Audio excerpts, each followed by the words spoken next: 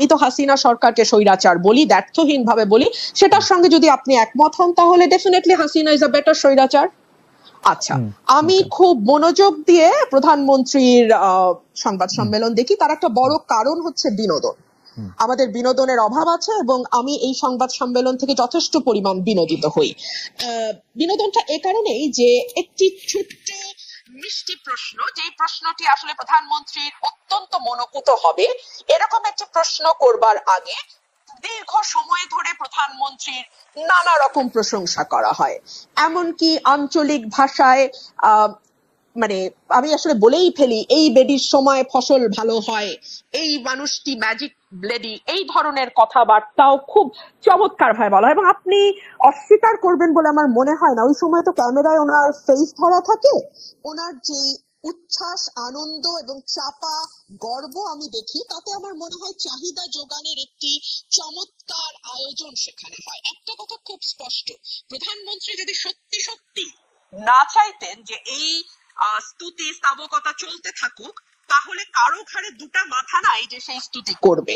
উনি ভালোবাসেন বলেই এই স্তুতিগুলো হয়। এবং প্রশ্নগুলো আপনি লক্ষ্য করবেন, ধরুন যখন আমাদের একজন শীর্ষস্থানীয় পুলিশ কর্মকর্তার দুর্নীতি নিয়ে পাতার পর পাতা রিপোর্ট প্রকাশিত হলো, আইনজীবীরা দুদকে গেলেন, আইনজীবীদের মানে বিষয় আমলে নিয়ে দুদক তদন্তেও নামলো, প্রধানমন্ত্রীকে নিয়ে তো এই প্রশ্ন করাই যেত। কেন করা যেত আপনি প্রশ্ন করতে পারেন, যেটা তো আসলে প্রধানমন্ত্রীর দায়িত্ব না, এটা দুদকের দায়িত্ব, পুলিশ আইন শৃঙ্খলা রক্ষাকারী বাহিনীর দায়িত্ব, উনি কেন এটার মধ্যে কথা বলবেন এই কারণেই যে বাংলাদেশের প্রধানমন্ত্রী যেহেতু মশা মারার কৃতিত্ব থেকে শুরু করে মানুষ হত্যার বিচার পর্যন্ত সকল কিছুই আপনি এত চমৎকার বলেন, আসলে শুনতে ইচ্ছা করে, কিন্তু একটা প্রশ্ন না করে পাচ্ছি না। আপনার কাছে কি মনে হয় যে আপনি উচ্চ পর্যায়ে পুলিশ কর্মকর্তা যাকে বলছেন তিনি আসলে অবসরপ্রাপ্ত কর্মকর্তা, এবং তার কেস যে দুদকে নেওয়া হয়েছে সেটা প্রধানমন্ত্রীর জানার বা এপ্রুভালের বাইরে, এইটা আপনি মনে করতেছেন? না, তার জানার বা অ্যাপ্রুভালের বাইরে না, কিন্তু তিনি জেনেছেন এবং অ্যাপ্রুভ করতে বাধ্য হয়েছেন।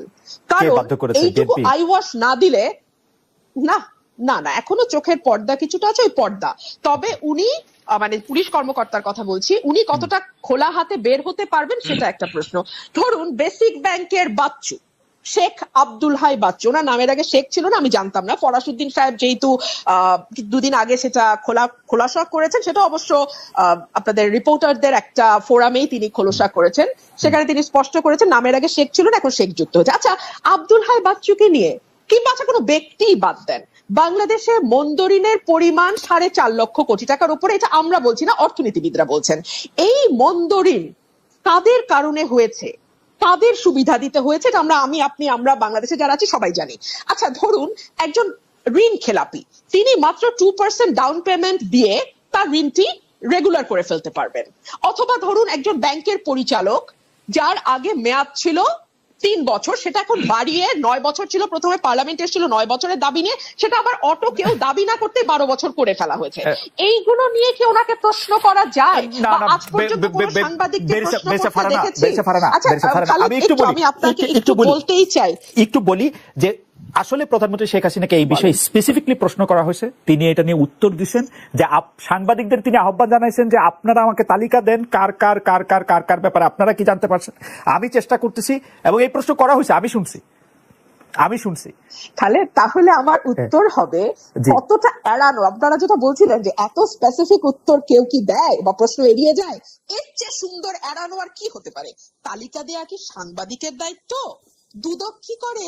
এসবি, ডিবি, এনএসআই, ডিজিএফআই, তারপরে আপনার কি বলে, সরি এনএসআই ডিজিএফআই তো দায়িত্ব না, বাংলাদেশ ফাইন্যান্সিয়াল ইন্টেলিজেন্স ইউনিট তারা কি করে, বাংলাদেশ ব্যাংক কি করে, এটা দেখার দায়িত্ব কি সাংবাদিকের? এই উত্তরটা দেওয়ার মানে কি জানেন? ইটস আ ক্লিয়ার মেসেজ, দ্বিতীয় দিন আর এই প্রশ্ন করবেন না। ঠিক যেমন সংসদে দাঁড়িয়ে আমি যখন বাংলাদেশের অর্থনীতির দুরবস্থা নিয়ে এবং টাকা পাচার নিয়ে কথা বলেছিলাম, তখন বাংলাদেশের সাবেক অর্থমন্ত্রী আহম মোস্তফা কামাল বলেছিল, আপনারা কি করেন বিরোধী দল, আপনারা তালিকা দিতে পারেন না, বিরোধী দলের তালিকা দেওয়া কি বিরোধী দলের কাজ? তখন আমি বলতে বাধ্য হয়েছিলাম, আপনার পাশে যেই ফরেন মিনিস্টার বসে আছে তার কাছে তালিকা আছে বলে তিনি স্বীকার করেছেন, অ্যাটলিস্ট কয়েকজনের নাম, মানে কয়েকজনের তথ্য তিনি জানেন, অন্তত তার কাছ থেকে তালিকা নিয়ে বিসমিল্লাহটা করেন। জি, ইন্টারেস্টিং পয়েন্ট। অর্থাৎ বিএনপির কথাই তিনি হয়তো বলেছেন যে তারা আসলে নির্বাচনে কেন আসবে, তাদের নির্বাচনে কে, মানে নির্বাচনে যদি তারা আসেন কে হবেন তাদের পরবর্তী নেতা, এটা তো একটা বিরাট কথা। এটা তো আগে ঠিক করে তারপরে নির্বাচনে আসতে হবে, তা নাইলে তো তারা যে কোনো ছুতোনাতে নির্বাচন বর্জন করবেনি। দেখলাম চ্যানেল 1 বন্ধ হয়ে যেতে দেখলাম, দিগন্ত টেলিভিশন বন্ধ হয়ে যেতে দেখলাম, আরো কিছু কিছু চ্যানেল আমার স্পষ্ট মনে পড়ছে না, রিসেন্টলি নেত্র নিউজ বাংলাদেশ থেকে দেখা যায় না। দেখুন, কোন তথ্যটি সঠিক, কোন তথ্যটি ভুল, কোন তথ্যটি বিভ্রান্তিকর, কোন তথ্যটি সঠিক, এটা আসলে আপনি আইন করে বা মিডিয়া বন্ধ করে কখনো করা যায় বলে মনে হয় না। সম্ভবত এটি করবার সবচেয়ে ভালো উপায় হচ্ছে মানে ভুয়া তথ্য বা যেটাকে বলা হয় ফেক নিউজ, যেটা নিয়ে এখন খুব আলোচনা হয়, সরকারের মধ্যেও প্রায় শুনে এই কথাটি, ভুয়া তথ্য, গুজব ছড়ানো ইত্যাদি ইত্যাদি। এইটার সব এখান থেকে বেঁচে যাওয়ার বা এখান থেকে বেরিয়ে আসার সবচেয়ে আমি বলবো যে গ্রহণযোগ্য মাধ্যম হচ্ছে মুক্ত গণমাধ্যম। আপনি গণমাধ্যমকে স্বাধীন করে দিন, আপনি তাকে লিখতে দিন, তাকে তথ্য প্রকাশ করতে দিন। দেখুন, প্রধানমন্ত্রীর প্রেস কনফারেন্স নিয়ে আজকে আলোচনা শুরু হয়েছিল। একটা ভেরি কমফর্ট জোনে বসে যেই মানুষগুলো আপনার সামনে হাসি হাসি মুখ করে বসে, প্রথম সারি, দ্বিতীয় সারি, তৃতীয় সারি, এর পরের সারি, প্রতিটি মুখের মধ্যেই তার বক্তব্য লেখা আছে। সেই লেখাটা আমি যেমন পড়তে পারি, প্রধানমন্ত্রীও পড়তে পারেন। সুতরাং তিনি ভেরি কমফর্ট জোনে থেকে শুরু করেন তার যাত্রা। আচ্ছা, ধরুন অর্থনীতি নিয়ে তো আলাপ হচ্ছিল, ফার্মার্স ব্যাংক আর বেসিক ব্যাংক, তাই না? এই ফার্মার্স ব্যাংক নিয়ে আমি কি বলছি সেটা তো একটা বিরোধী দলের কর্মী অনেক কথাই বলি, বাদ দেন। আমাদের সাবেক অর্থমন্ত্রী আবুল মাল আব্দুল মুহিত বলেছিলেন আস্ত একটা ব্যাংকেই গিলে ফেলা হচ্ছে এবং এই ব্যাংকটা করাই হয়েছে লুটপাটের উদ্দেশ্যে, এই ফার্মার্স ব্যাংক। মহিউদ্দিন খান আলমগীর টিকির একটা চুলো ধরা পড়েনি, তো সেটা নিয়ে কি কোনোদিন ভুলেও কোনো সাংবাদিক প্রধানমন্ত্রীকে প্রশ্ন করা তো দূরেই থাক, কোন রকম কোনো আলোচনা আশপাশ দিয়ে কথা না কিচ্ছু হয়নি তো? কিংবা ধরুন অনেক রকম উন্নয়নের যে এত বয়ান, হ্যাঁ, এত মানে রোল মডেল হয়েছি আমরা, আমাদের ঘর থেকে বেরোলেই এখন শুধু উন্নয়ন আর উন্নয়ন, এত কথা বলা হয় উন্নয়ন নিয়ে, মাথা পিছু আয় নিয়ে গর্ব করা হয় ইত্যাদি ইত্যাদি। প্রধানমন্ত্রীকে কি একবারও প্রশ্ন করা হয়েছে?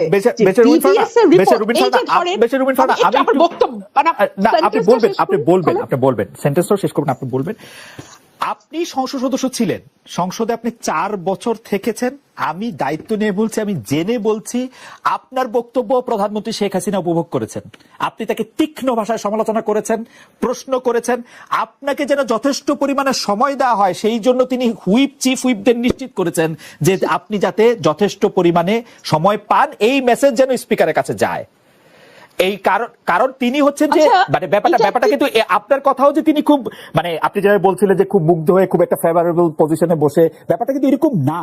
এবং আপনি যেই কথাগুলি বলছিলেন, আমি শুধু মন্তব্যটি করে রাখি, সেই প্রশ্ন করা হয়েছে ফার্মার্স ব্যাংক নিয়ে, তাকে প্রশ্ন করা হয়েছে, মহিউদ্দিন খান আলমগীরকে নিয়ে প্রশ্ন করা হয়েছে, এই প্রশ্নগুলি তাকে করা হয়েছে আসলে।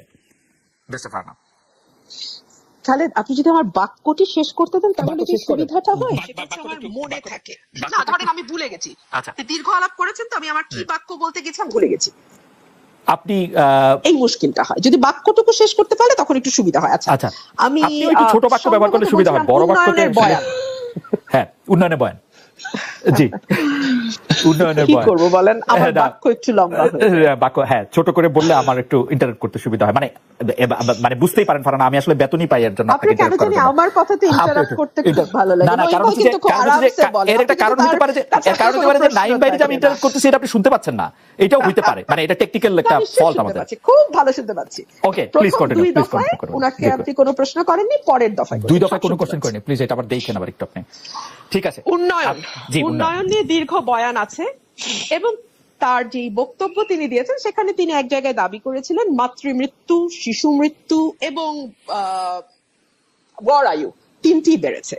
বিবিএস এর রিপোর্ট বলছে এই 3টি আপনি যদি 2021 সাল থেকে শুরু করেন, ক্রমাগত মাতৃমৃত্যু বলেন, শিশু মৃত্যু বলেন এবং গড় আয়ু কমে আসা বলেন, আমাদের সূচকগুলো খারাপ অবস্থায়, এগুলো নিয়ে তাকে কোনো প্রশ্ন করা হবে না। কিংবা ধরুন আমাদের যে গিনি সহ বৈষম্য বাড়ছে, এই বিষয়গুলো নিয়েও কখনো তার দৃষ্টি আকর্ষণ করা হয় না। সংসদে আচরণ হবে কেন?